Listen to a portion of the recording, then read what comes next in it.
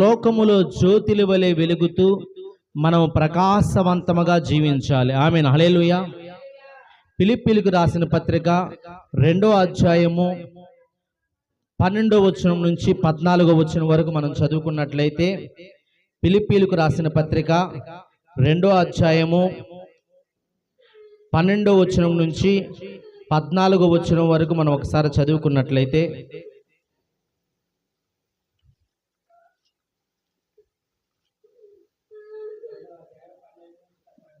చదవండి. కాగా నా ప్రియులారా, మీరెల్లప్పుడూ విధేయులై ఉన్న ప్రకారము నా ఎదుట ఉన్నప్పుడు మాత్రమే గాక మరీ ఎక్కువగా నేను మీతో లేని ఈ కాలమునందున భయముతోనూ వణుకుతోనూ మీ సొంత రక్షణను కొనసాగించుకొనుడి. స్తోత్రం. హల్లెలూయా, హల్లెలూయా. ప్రియ దేవుని బిడ్డలారా, అపోస్తలుడైన పౌలు ఈ యొక్క ఫిలిప్పీ సంఘానికి రాస్తూ మాట్లాడుతున్నాడు. ఇదిగో నేను మీ మధ్యలో ఉన్నప్పుడు మీరు ఎంతో విధేయులై ఉన్నారంట. ఎలా ఉన్నారంట? విధేయులై ఉండి చాలా మంచిగా జీవిస్తున్నారు. మీరు ఎలా ఉండాలంటే, నేను లేని సమయంలో కూడా మీరు అదే విధేయత కలిగి దేవునికి నచ్చేవారిగా మీరు ఉండాలి. ఆమేన్. హల్లెలూయా. నేను ఉన్నప్పుడు మాత్రమే కాదు, నేను లేనప్పుడు కూడా భయముతో భక్తితో మీరు ఉండాలి.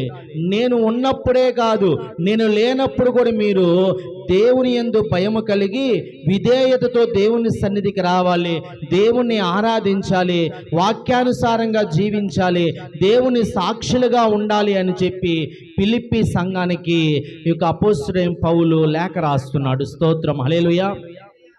ప్రియ దేవుని బిడ్డలారా, కనుక సేవకుడు ఉన్నప్పుడు మాత్రమే కాదంట, సేవకుడు లేనప్పుడు కూడా అలాగే నడుచుకోవాలండి.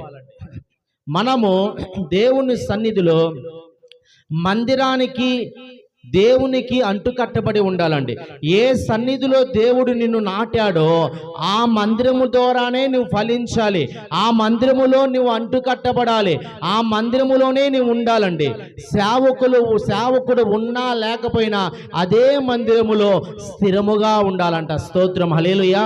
అపోస్తలుడైన పౌలు ఇదే మాటలు ఆ ఫిలిప్పీ సంఘానికి చెబుతున్నాడు. నేనున్నప్పుడు మీరు బాగానే ఉన్నారు, భయము కలిగి ఉన్నారు, భక్తి కలిగి ఉన్నారు, చక్కగా జీవిస్తున్నారు, వాక్యానుసారంగా మీరున్నారు. నేను లేని సమయంలో కూడా మీరు అలాగే జీవించి దేవుని సన్నిధికి వెళ్ళండి, దేవుని ఆరాధించండి, దేవుని సాక్షులుగా ఉండమని వారిని బలపరుస్తూ మాట్లాడుతున్నాడు. స్తోత్రం. హల్లెలూయా. ఇదిగో 13వ వచనాన్ని గమనించినట్లయితే, ఎందుకనగా మీరు ఇచ్చయించుటకును కార్యసిద్ధి కలుగజేసుకొనుటకును తన దయా సంకల్పం నెరవేర్చుటకై మీలో కార్యసిద్ధి కలుగు చేయవాడు దేవుడే. స్తోత్రం. హల్లెలూయా. సేవకుడు ఉన్నా లేకపోయినా మందిరానికి రావాలండి, దేవుని సన్నిధిలో గడపాలి. సేవకులు మారొచ్చు, మందిరము స్థిరంగా ఉంటుంది, దేవుడు స్థిరంగానే ఉంటాడు. ఆమేన్. హల్లెలూయా. దేవుడు ఒక్కడే. ఇక్కడ అంటున్నాడు, నేను ఉన్నా లేకపోయినా మీరు మందిరానికి రాండి, ఎందుకంటే మీలో కార్యసిద్ధి కలుగు చేయవాడు దేవుడే. స్తోత్రం. హల్లెలూయా. మీ జీవితాల్లో మేలు చేసేవాడు దేవుడే, మీ జీవితాల్ని కట్టేవాడు దేవుడే, మీ బ్రతుకులు మార్చేవాడు దేవుడే. నిత్యము నిన్న నేడు నిరంతరము మారని దేవుడు, ఏకరీతిగా ఉన్న దేవుడు ఆ యేసయ్య ఉన్నాడు గనక మీరు ఆ దేవుని నమ్ముకొని మీ కార్యసిద్ధి కలగజేసే దేవుని వైపుకి మీరు రాండి, దేవుని సన్నిధికి రాండి. యథార్థత కలిగి, నీతి కలిగి, భయభక్తులు కలిగి దేవుని సన్నిధికి వస్తే ఆ దేవుడు మీ జీవితాల్లో కార్యాలు చేస్తాడు. ఆమేన్. హల్లెలూయా. కనుక మనందరి జీవితాల్లో కార్యాలు చేసేది ఆ దేవుడే కనుక మనమంట ఆ దేవుని వైపు చూస్తూ దేవుని మందిరానికి రావాలి. ప్రియ దేవుని బిడ్డలారా, ఇక్కడ 14వ వచనాన్ని మనం గమనించినట్లయితే, మీరు మూర్ఖమైన వక్రజనము మధ్య నిరపరాధులను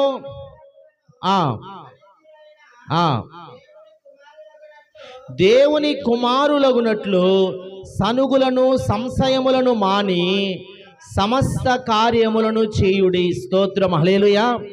ఇక్కడ మూర్ఖమైన వక్రజనం మధ్య మీరు ఎలా ఉండాలి అంటున్నాడండి. రక్షణ పొందిన మనము, మందిరానికి వస్తున్న మనము, దేవుని బిడ్డలుగా క్రైస్తవులుగా పిలువబడుతున్న మనము ఈ లోకములో ఉండే వక్రజనం మధ్య అంట ఎలాగ జీవించాలి అంటున్నాడండి. అనింద్యులుగా ఉండాలంట, కలంకము లేని వారిగా ఉండాలి, నిష్కలంకులుగా ఉండాలి. సనుగులు సంశయములు ఇవన్నీ మానేయాలి, కొట్లాట్లు మానేయాలి, అల్లరితో కూడిన ఆట మాటలు మానేయాలి, బూతులు మానివేయాలి. ఇవన్నీ మానివేసి దేవునికి ఇష్టమైన బిడ్డలుగా జీవిస్తూ ప్రభువు చెప్పిన కార్యాలు చేస్తూ ఉండాలంట. ఆమేన్, హల్లెలూయా. ప్రియ దేవుని బిడ్డారా, ఇక్కడ అంటూ అపోస్తలుడైన పౌలు ఫిలిప్పీ సంఘానికి రాస్తూ మీరు వక్రజనం మధ్య మీరు జీవిస్తున్నారు అంటున్నాడు. ఆమేన్, హల్లెలూయా. రక్షణ పొందిన వారు దేవునికి నచ్చే విధంగా జీవిస్తారు. రక్షణ లేని వారు అంటే వారికి ఇష్టం వచ్చిన రీతిగా జీవిస్తారండి. అర్థమవుతుందా ప్రియ దేవుని బిడ్డలారా? ఎందుకంటే రక్షణ లేని వారు గాలి ఎటు విసిరితే అటు వెళ్ళిపోతూ ఉంటారు. వారి తలంపులకు హద్దు లేదు, వారి ఆలోచనలకు హద్దు లేదండి. ఇష్టం వచ్చినట్టుగా జీవిస్తారు. అందుకే అంటున్నాడు ఈ లోకములో ఉండే ప్రజలు వక్రజనము అంటున్నాడు. ఎలాంటి వారంట? మీరు వక్రజనం మధ్యలో జీవిస్తున్నారు కనుక మీరు జాగ్రత్తగా ఉండండి. వక్రజనం అంటే వక్రీకరిస్తారండి. నువ్వు చెప్పిన మాటను తప్పుగా అర్థం చేసుకుంటారు. అర్థమైందా? నీవు మంచి చెప్పినా వారు దానిలో ఉన్నట్టు మంచి చెప్పినా కూడా అది చెడుగానే వారు ఆలోచన చేస్తూ ఉంటారు. కనుక అటువంటి జనం మధ్యలో మనం ఉంటున్నాము కనుక నీ మాటలు వక్రీకరించే వారి మధ్యలో, నువ్వు మంచిగా జీవిస్తున్నా నీ మీద చెడు చూపించే వారి మధ్యలో, నీ మీద వేళ్ళు చూపించే వారి మధ్యలో నువ్వు జీవిస్తున్నావు. వక్రీకరించే జనం మధ్యలో నువ్వు జీవిస్తున్నావు కనుక జాగ్రత్తగా మనం ఉండాలంట. ఆమేన్, హల్లెలూయా. ఎందుకంటే లోకమంతా క్రైస్తవుల వైపే చూస్తుందండి. అర్థమవుతుందా? మనమైతే ఒక్కరినే చూస్తున్నాం, వారు మనం గమనిస్తూనే ఉంటారు. వీరు యేసుక్రీస్తుని నమ్ముకున్నారు, వీరు మందిరానికి వెళుతున్నారు, వీరి ప్రవర్తన ఎలా ఉంది, వీరిలో మార్పు ఉందా లేదా. క్రైస్తవులు పరిశుద్ధులని చెప్పుకుంటారు, క్రైస్తవులు బూతులు మాట్లాడరు, అబద్ధాలు ఆడరు, వారు సత్యముగా జీవిస్తారు, ఎవరిని మోసం చేయరు, లంచాలను తీసుకోరు, న్యాయంగా యథార్థంగా జీవిస్తారు అని అంటారు కదా. వీళ్ళు నిజంగా క్రైస్తవులా కాదా? వీరిలో ఏం పొరపాట్లుండి, వీరి నడక ఎలా ఉంది, వీరి ప్రవర్తన ఎలా ఉంది, వీళ్ళు ఎలా జీవిస్తున్నారని అన్ని కనులంట మనల్ని చూస్తూ ఉంటాయంట. స్తోత్రం, హల్లెలూయా. కనుక మందిరానికి వచ్చే ప్రియ దేవుని బిడ్డలారా, మీరంట జాగ్రత్త కలిగి ఉండాలంట.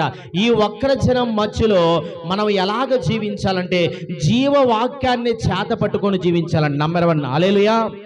నెంబర్ 1 ఎలా జీవించాలంటే జీవవాక్యాన్ని, దేవుని వాక్యాన్ని చేత పట్టుకొని జ్యోతిలి వలె మనం జీవించాలంట. చదవండి, ఫిలిప్పీలకు రాసిన పత్రిక 2వ అధ్యాయము 16వ వచనం. ఈ వక్రజనం మధ్యను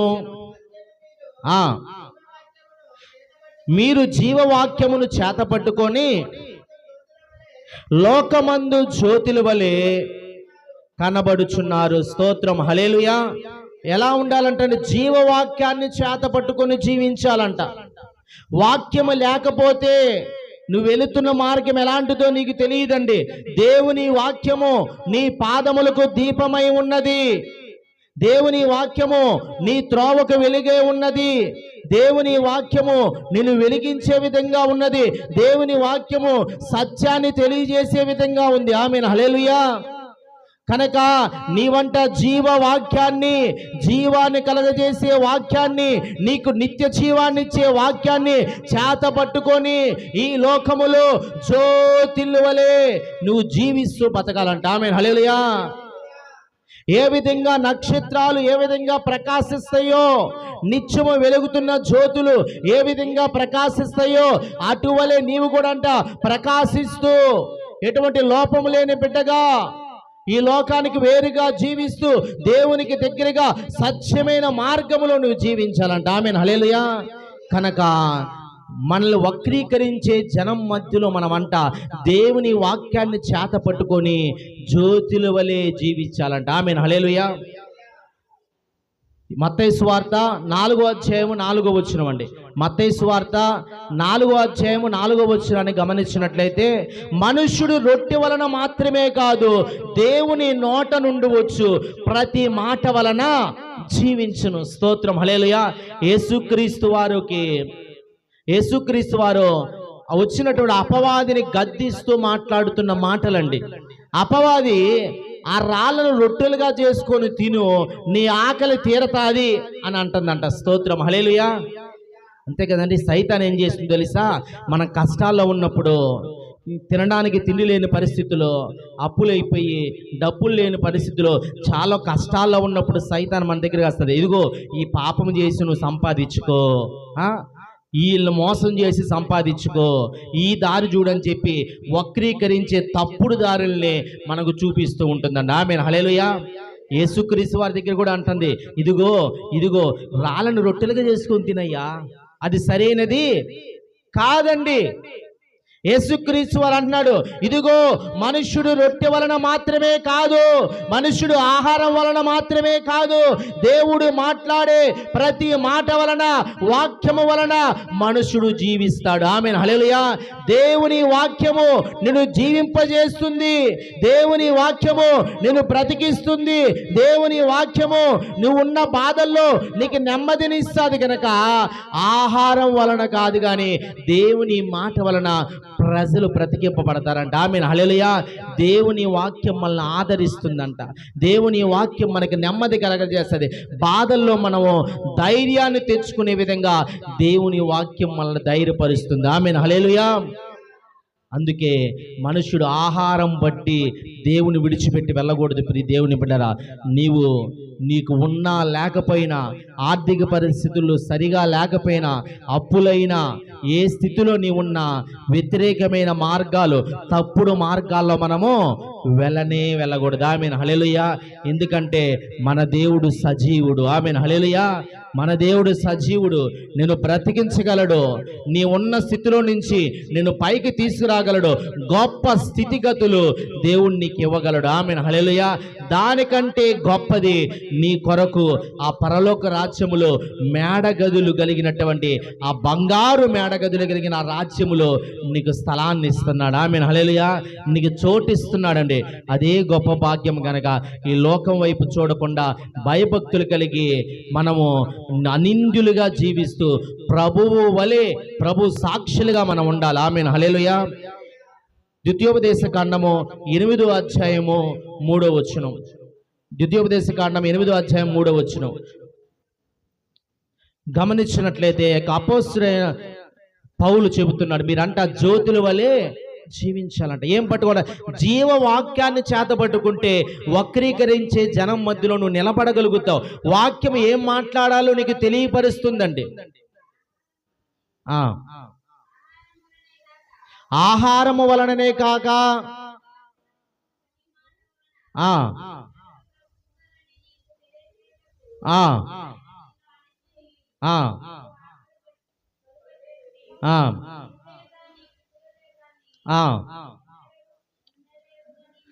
ఎన్నడెరుగని మన్నాతో నిన్ను పోషించెను.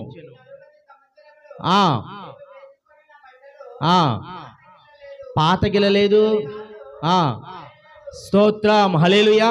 చూశారండి, దేవుడు అంటున్నాడు, మనుష్యుడు ఆహారం వలన కాదు కానీ దేవుని నోట నుండి వచ్చు ప్రతి మాట వలన జీవించును అని మీకు తెలియజేయడానికంట. మీకు ఆకలి కలిగినప్పుడు అంట దేవుడు మాట్లాడి ధైర్యపరిచి ఆకాశము నుండి మన్నాను కురిపించాడంట. దేవదూతలు పూజించే ఆహారాన్ని నరులకు ఇచ్చాడు. ప్రియ దేవుని బిడ్డలారా, దీని అర్థం ఏంటంటే దేవుడు నీ ఆకలి తీర్చగలడు. నేను పస్తు నుంచే దేవుడు కాదు. నువ్వు లేని స్థితిలో ఉన్నా, నువ్వు ఏ స్థితిలో ఉన్నా, నీకేమి కావాలో ఆయనకు తెలుసు కనుక సమస్తము సహాయం చేయగలడండి.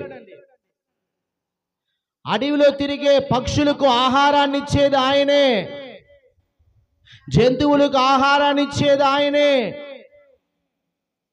చీమలకు ఆహారం ఇచ్చేది ఆయనే, చిన్న జీవులకి పెద్ద జీవులకి అన్నిటికీ ఆహారం ఇచ్చేది ఆయనే కనుక ఆయన వైపు చూడాలండి. దేవుడు ఉన్నాడని నమ్మాలి. నీవు దేవునికి వ్యతిరేకమైన మార్గంలో వెళ్ళకూడదు, వ్యతిరేకమైన స్థలాల వైపుకు నువ్వు వెళ్ళకూడదు, వ్యతిరేకమైన పనులు నువ్వు చేయకూడదు. ప్రియ దేవుని బిడ్డలారా, కనుక దేవుని వాక్యాన్ని నమ్ముకోవాలి. ఆ ప్రజలకు అంటున్నాడు, ఇదిగో ఆయన మాట వలన జీవిస్తారు అన్న విధముగా మీకు ఆకాశం నుంచి మన్నాను కురిపించాడు. మీకు ఆకలేస్తున్నప్పుడు ఇదిగో మాంసముగా పూరేళ్లను మీ యొక్క గృహాల దగ్గర వాలేలాగా చేసి మంచి మాంసాన్ని మీకు ఇచ్చాడు. మీకు దాహం వేస్తున్నప్పుడు బండను కొట్టి నీటి ఓటని మీకు పుట్టించాడు. కనుక ఆయన గొప్పవాడు కనుక, ఆయన వాక్యము సత్యమైంది కనుక ఆయన వాక్యాన్ని మనం నమ్ముకోవాలంట, ఆయన మాటలను మనం నమ్ముకోవాలంట. ఆమేన్, హల్లెలూయా. ఇంకా అంటున్నాడు, ఈ 40 సంవత్సరాల అరణ్యములో ప్రయాణము చేశారు కదా, మీ బట్టలు నలగలేదంట, పాతగిలలేదంటండి, కొత్త బట్టల్లాగే ఉండేయంట. మీ కాళ్ళు వాయలేదు, మీ చెప్పులు వారు కూడా తెగలేదంట. స్తోత్రం, హల్లెలూయా. అర్థమవుతుందండి? స్తోత్రం, హల్లెలూయా. చెప్పులు వారు కూడా తెగలేదంట. ప్రియ దేవుని బిడ్డలారా, ఎందుకంటే కావలసిన బలాన్ని ఆయన ఇచ్చాడండి. ఆ ప్రజలు ప్రయాణం మొదలుపెట్టిన దినము నుండి కనాను చేరేంత వరకు వారికి కావలసిన బలము, వారికి కావలసిన శక్తి ఆయనే అనుగ్రహించాడండి. కాలేబు అంటాడు, ఇదిగో నేను బయలుదేరేప్పుడు ఏ బలం ఉన్నదో ఇప్పుడు నాకు అదే బలం ఉంది. స్తోత్రం, హల్లెలూయా. ఆ సత్తువ తగ్గలేదు, ఆ బలము తగ్గలేదు, ఆ దేవుడు అంతే బలము నాకు ఇచ్చాడు. ఆమేన్, హల్లెలూయా. దీన్ని బట్టి బలము కలుగు చేయువాడు దేవుడే, ఆయనే. నీకు బలాన్నిచ్చే దేవుడు ఆయనేనండి. చాలా మంది ఆదివారం పునరుద్ధాన దినాన్ని వదిలేసి వెళ్ళిపోతూ ఉంటారండి. వాళ్ళు అనుకుంటారు, నాకు బలం ఉంది, నాకు ఇష్టం వచ్చిన చోటుకి నేను వెళ్ళొచ్చు, నేను దేవుని మందిరాన్ని విడిచిపెట్టి ఎలాగైనా వెళ్ళొచ్చు, నా పనులకు వెళ్ళొచ్చు అనుకుంటారండి. బలము లేని సమయంలో నువ్వు వెళ్ళగలవా? ఈరోజు నీకు బలంగా ఉన్నావంటే, నువ్వు ఆరోగ్యంగా ఉన్నావంటే, నీకు సత్తు ఉందంటే అది దేవుడిచ్చిందే. ఆమేన్, హల్లెలూయా. అందుకే కాలేబు, నాకు అప్పుడు ఎంత బలవంతుడిని ఇప్పుడు కూడా అంతే బలవంతుడు. ఎందుకంటే ఆ బలము క్షీణించలేదు, నా దేవుడు నా బలాన్ని అలాగే ఉంచాడు. ఆమేన్, హల్లెలూయా. ప్రియ దేవుని బిడ్డలారా, దేవుని వాక్యానికి మనం లోపడాలి, దేవుని సన్నిధిని ప్రేమించాలి. దేవుణ్ణి ప్రేమిస్తే అటువంటి బలవంతులుగా మనం ఉంటామండి. అందుకే అంట, ఇదిగో మనల్ని వక్రీకరించే జనం మధ్యలో మనం ఎలా ఉండాలంటే జ్యోతిల వలె దేవుని వాక్యాన్ని చేతపట్టుకొని జ్యోతిల వలె జీవించాలంట. ఆమేన్, హల్లెలూయా. 103వ కీర్తన 2వ వచనంలో ఉంటుంది, ఆయన చేసిన ఉపకారములు దేనిని మరొకము. ప్రభు నీ జీవితాల్లో ఎన్నో మేలు చేయొచ్చండి, అవేవి కూడా అంట మనమంట మరవకూడదంట, ప్రీతి మరిచేవారిగా ఉండకూడదండి.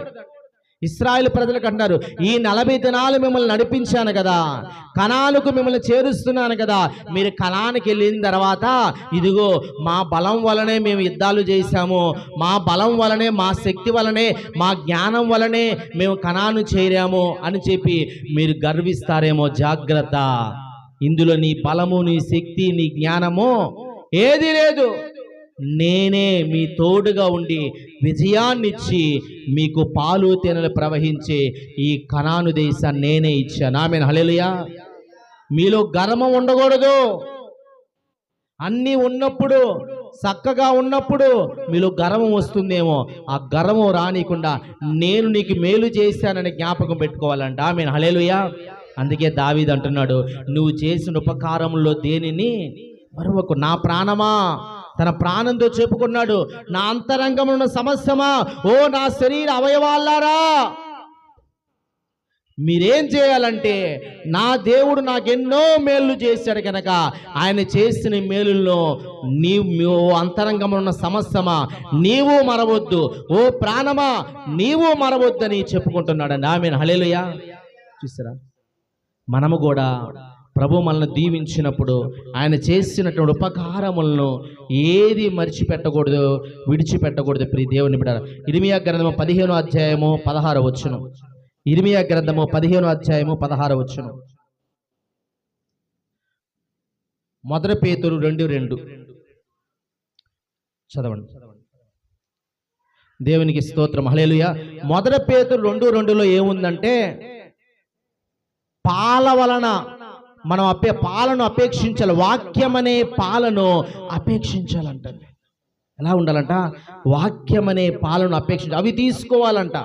ఎందుకంటే పాలు ఎంత బాగుంటుందండి, వాక్యం అనే పాల చేత మనం కడగబడాలి, ఆ వాక్యాన్ని చేత పట్టుకొని మనం జీవించాలంటే. పేతురు అంటున్నాడు సంఘాన్ని బలపరుచుకుంటూ, వాక్యం అనే పాల చేత మీరు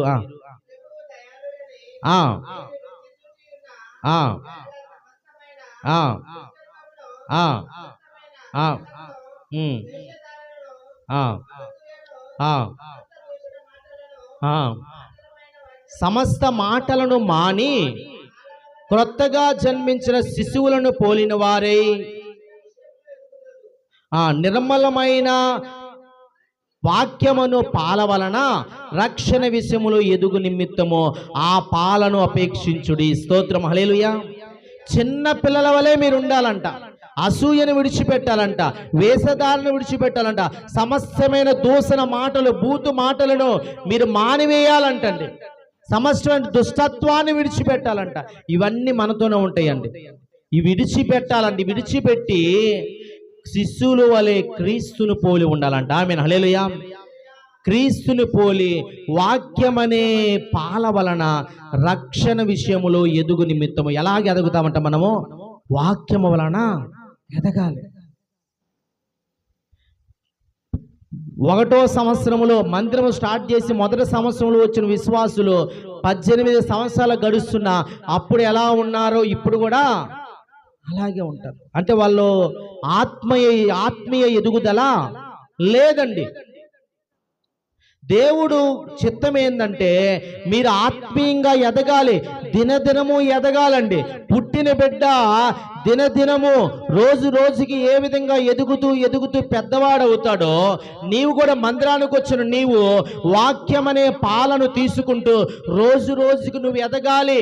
నీ ఆత్మీయ జీవితం ఎదగాలి, ఎదుగుతూ రూపాంతరపరచబడే అనుభవంలోకి నీవు రావాలంట. స్తోత్రం, హల్లెలూయా.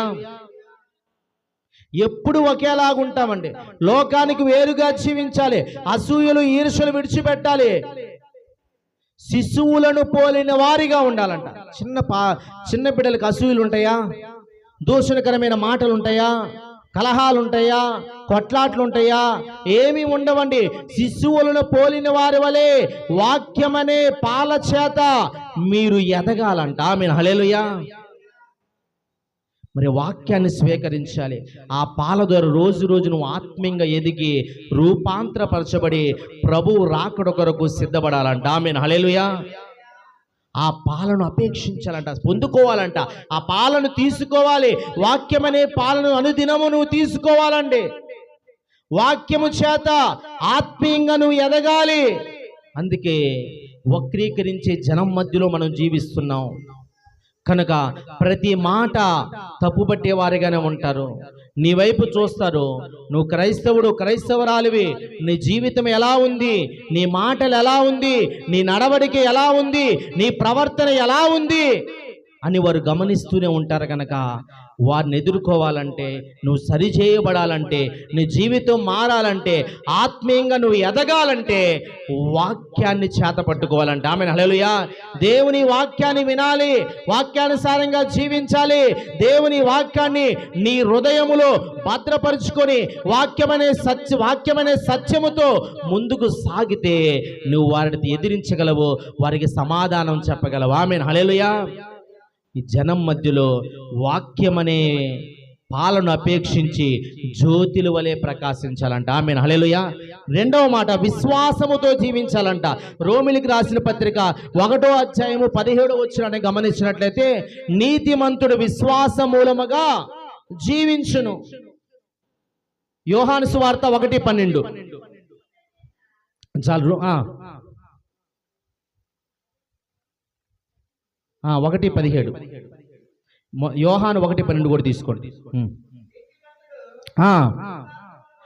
నీతిమంతుడు విశ్వాస మూలముగా జీవించునని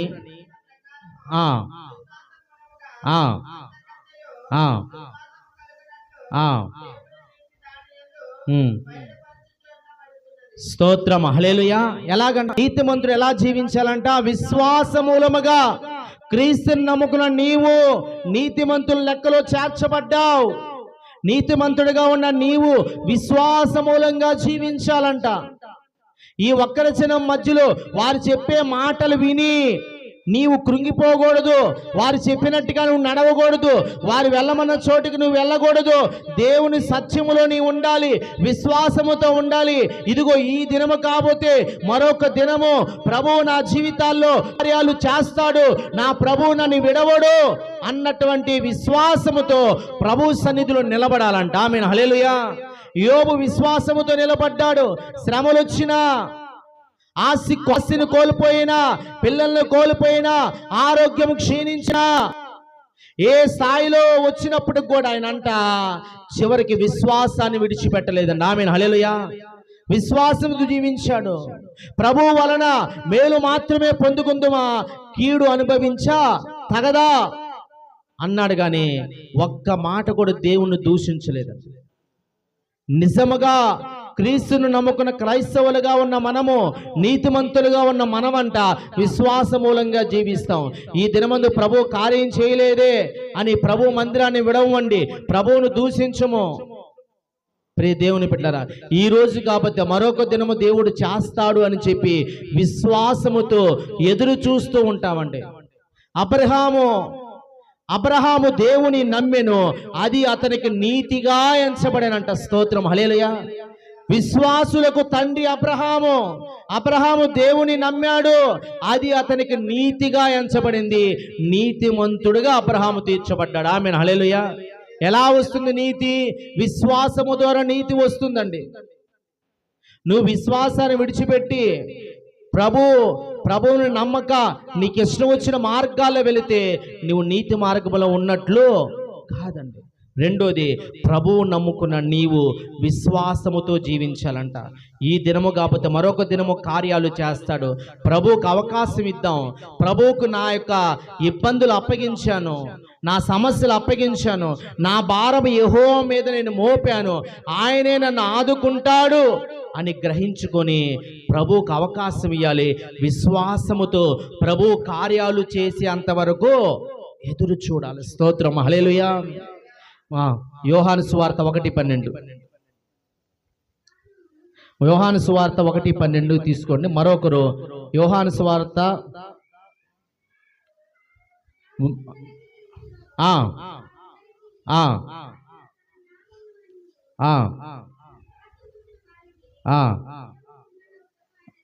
స్తోత్రం, హల్లెలూయా.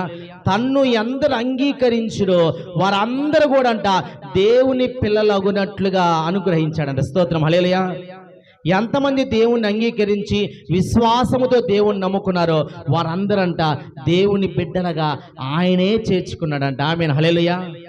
చూసి ఎంత గొప్ప భాగ్యం అంటే, నువ్వు విశ్వాసము ద్వారా దేవునికి కుమార్తెగా కుమారుడుగా ఉండాలంట.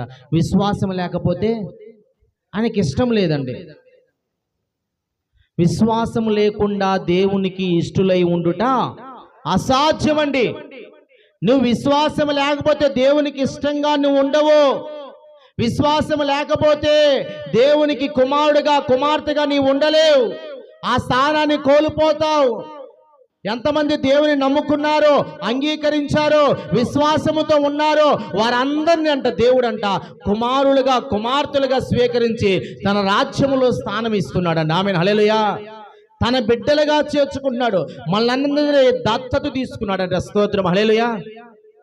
కనుక విశ్వాసాన్ని విడిచిపెట్టకూడదండి, విశ్వాసముతో జీవించాలి, విశ్వాసాన్ని కోల్పోకూడదు. అబ్రహాం విశ్వాసముతో ఉంటే ఆ విశ్వాసాన్ని బట్టి నీతిగా ఎంచబడ్డాడంట. ఆమేన్, హల్లెలూయా. మనం కూడా నీతిమంతులుగా ఉండాలి, విశ్వాసముతో ఉండాలి. మొదటి యోహాను 5వ అధ్యాయము 13-14. మొదటి యోహాను 5వ అధ్యాయము 13-14. యోహాను సువార్త 1:12. ఇదొకరు తీసుకోండి. యోహాను సువార్త 1:12 ఒకరు తీసుకోండి. మొదటి యోహాను 5వ అధ్యాయం 13.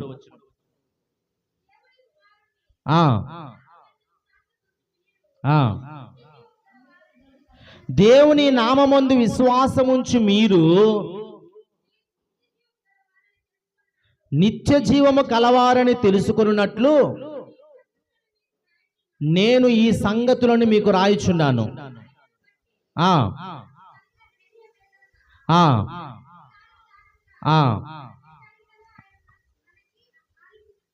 స్తోత్రం, హల్లెలూయా. చూసారండి, దేవుని యందు విశ్వాసం ఉంచితే మనకి నిత్య జీవం అనుగ్రహింపబడుతుందంట. ఆమేన్, హల్లెలూయా. చూసారండి, విశ్వాసము ద్వారా స్వస్థత, విశ్వాసము ద్వారా విడుదల, విశ్వాసము ద్వారా కుమారులుగా స్వీకరించబడుతున్నాం, విశ్వాసము ద్వారా నిత్య జీవం అనుగ్రహింపబడుతుంది. ఆమేన్, హల్లెలూయా. ఎన్ని ఉంటాయండి అంటున్నాడు పౌలు. ఇదిగో విశ్వాసము ద్వారా మీకు నిత్య జీవం అనుగ్రహించబడుతుందని తెలుసుకోవాలని మీకు ఈ మాటలు రాస్తున్నాను. మన ధైర్యం ఏంటంటే మనం ఏమి అడిగినా, ఆయన చిత్తానుసారముగా ఏమి అడిగినా ప్రార్థన చేస్తే ఆయన మన ప్రార్థన వింటాడు, మనకి సహాయం చేస్తాడు అని మన ధైర్యం అంట. ఆమేన్, హల్లెలూయా. విశ్వాసము కలిగిన బిడ్డల ధైర్యం ఏంటంటే నా దేవుడు నా ప్రార్థన వింటాడు, ఆలకిస్తాడు. స్తోత్రం, హల్లెలూయా. విశ్వాసం లేని వారికి ఆ ధైర్యం ఉండదండి. ఏదైనా చిన్న అలజడి రాగానే, చిన్న గాలిపాటు రాగానే అయ్యో ఏమైపోతున్నామో, ఈ దేవుడు ఇలాగే చూస్తున్నాడే, ఏం చేయలేదే అని ఇష్టం వచ్చిన దారిలో మనము వెళ్ళిపోతూ ఉంటాం. నేను అంటాను ప్రియ దేవుని, విశ్వాసంతో నిలబడదామండి, జయిద్దాం. అనారోగ్యమా, ప్రభు సహాయం చేస్తాడు, స్వస్థతనిస్తాడు. వైద్యానికి దారి ఆయనే చూపిస్తాడు. సమస్యలో ఉన్న నీకు బయటికి రావడానికి దారి చూపిస్తాడు. నిందల అవమానాల ఒకానొక దినముందు నిందించిన వారి మధ్యలో నీకు ఘనత కలగజేస్తాడు. కానీ విశ్వాసాన్ని మాత్రం నీవు కోల్పోవద్దు. విశ్వాసముతో ఉంటే ప్రభు కార్యాలను చూడగలుగుతాం. విశ్వాసముతో ఉంటే ఆశ కలిగిన ప్రాణాలు తృప్తిపరచబడతాయి. ఆమేన్, హల్లెలూయా. విశ్వాసముతో నీ ఉంటే నీ ప్రార్థన దేవుడు ఆలకిస్తాడు. ఆమేన్, హల్లెలూయా. 12 సంవత్సరాలు రక్తస్రావంతో బాధపడుతున్న స్త్రీ విశ్వాసం ఏంటంటే యేసు క్రీస్తు వారు పైట చెంగు అంచు తాకితే నాకు స్వస్థత. ఆమేన్, హల్లెలూయా. అదే విశ్వాసంతో వెళ్ళింది, యేసు క్రీస్తు వారి వస్త్రము తాకింది, వెంటనే స్వస్థత. ఆమేన్, హల్లెలూయా. విశ్వాసాన్ని బట్టి స్వస్థత. దురాత్మలతో పీడింపబడుతున్నారు, యేసుక్రీస్తు వారు గద్దిస్తే పారిపోయినాయి, విశ్వాసాన్ని బట్టి విడుదల. విశ్వాసాన్ని బట్టి కుమారులుగా స్వీకరించబడుతున్నాం. విశ్వాసాన్ని బట్టి ఆ పరలోక రాజ్యంలో మనకు స్థానం ఉంది, నిత్య జీవం అనుగ్రహింపబడుతుంది. విశ్వాసాన్ని బట్టి దేవుడు మన ప్రార్థన వింటాడు. ఆమేన్, హల్లెలూయా. చదవండి, యోహాను సువార్త 1:12.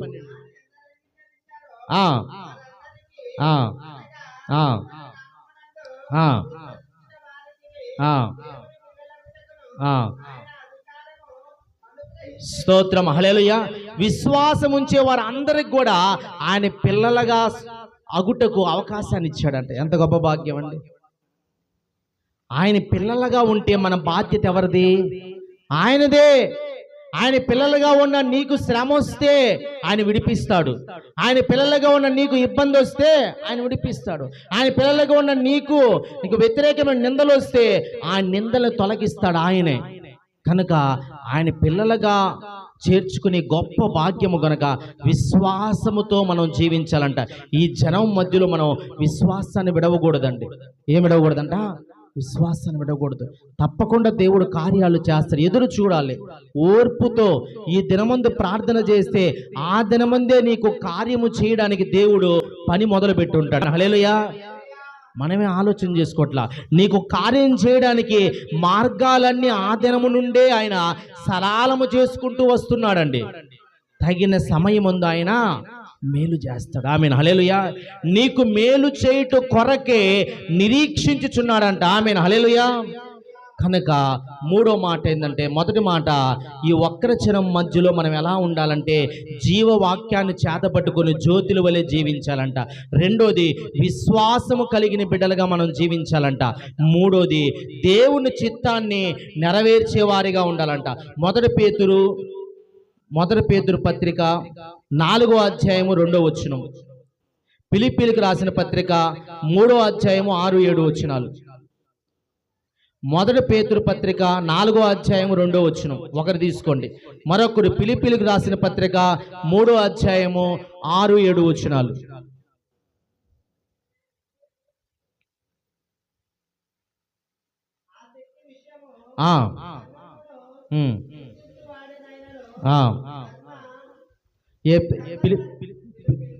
చదవండి. 3వ అధ్యాయం 6-7 వచనాలు.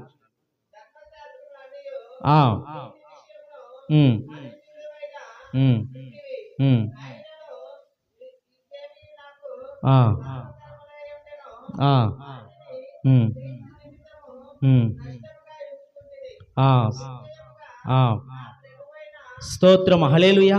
గమనించాలండి, ఏదైతే తనకి లాభకరముగా ఉన్నాయో అవన్నీ దేవుని నిమిత్తం అంట నష్టముగా ఎంచుకో. అది దేవుని చిత్తం అండి. దేవుని మాట వినాలి అని దేవుని చిత్తం అంటారు. ఆయన మాట వినాలండి. అపోస్తలుడైన పౌలు సాక్ష్యం చెబుతున్నాడు, నాకు ఏది లాభకరమో, ఏది నాకు లాభాన్ని తెచ్చి